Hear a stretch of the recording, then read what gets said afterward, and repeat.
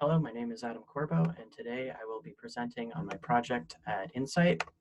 My project for the decentralized consensus program was on quantum mining and utilizing quantum computer simulations and actual hardware to mine a blockchain and probe vulnerabilities in current blockchain technology.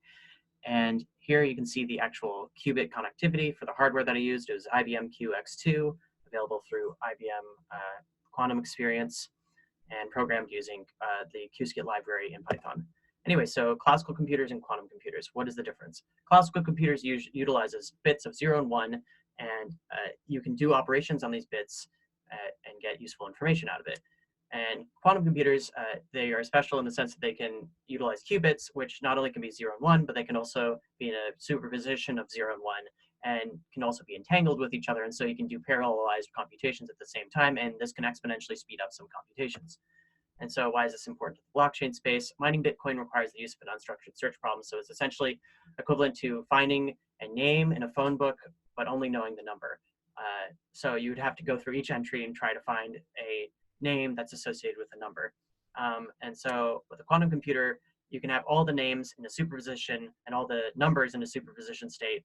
And basically you can have it collapse the phone book so that you're going through less and less pages until eventually like collapses on the right name. And so you can actually see a animation here of it going through iterations of Grover algorithm. It starts out at the state S, and then it goes up and up and up with each iteration until it eventually collapses on T. And as you can see, it's getting closer and closer towards the actual target value.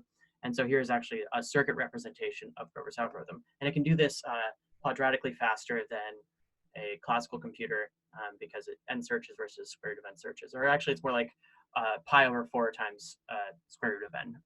And you can actually optimize this even a little bit more for specific problems. Anyway, so why is this important?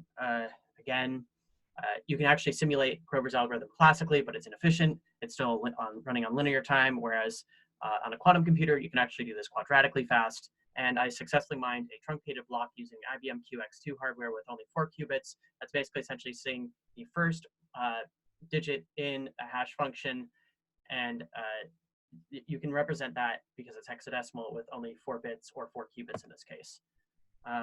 So here, as you can see, is the different values, the nonce values, as you'll see for my truncated version. In this case, the nonce value was 7, and going through that, it collapsed into the right state. Here's the demonstration of that working and comparing it to a classical computer. The mining with qubits, it only took 3 iterations of Grover's algorithm to find the winning nonce, which was 7, whereas with mining with a classical computer, to find the winning nonce, it took 7 hashes rather than 3. And so it's, as you can see, slower. Now actually implementing this and scaling it up, you see that it requires 1,800 hashes versus like 34, finding the same block values. Scaling up, this is a smaller difficulty, of course, but of course you can scale this up to Bitcoin and a couple of other different cryptocurrencies and blockchain methods. And so here you can see that the equivalent hash rate of a quantum computer is with an Antminer doing the same hashes. It would be 2 octillion versus 14.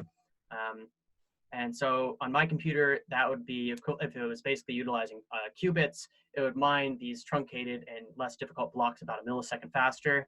And so for 2019 mining rates would mine a block every 15 nanoseconds. And as you can see here, for very much greater hashes required, you get a much bigger speed up. So other vulnerabilities such as Thro's algorithm I haven't gone over, and other algorithms that could be different. For an unstructured search problem, Grover's algorithm is the most efficient. And so the reason why I approached and used this one primarily is that it requires far fewer qubits, 512 or 75 for implementing a hash function. And so this is definitely within a decade probably going to happen. So it's probably a bit more prudent to look into perhaps. And other cryptocurrencies could also be vulnerable to other algorithms that I haven't explored. So that's something I think the blockchain space should actually maybe be looking into, because this is probably something within a decade we're actually going to see that in solving finding tractable problems for quantum computers that would be intractable on a classical computer. And so lastly, about me, I have a deep passion and deep curiosity for how things work. I love to travel. I'm a classically trained violinist and love music. I started out with JavaScript, and right now I'm mainly programming in Python, but also I have dabbled in Julia lately, and I'm a published short story writer, mainly in sci-fi. anyways, I've also been programming for over a decade, and I graduated in physics and astrophysics from UC Berkeley. Anyways, that's my presentation. I hope you enjoyed it. Yeah.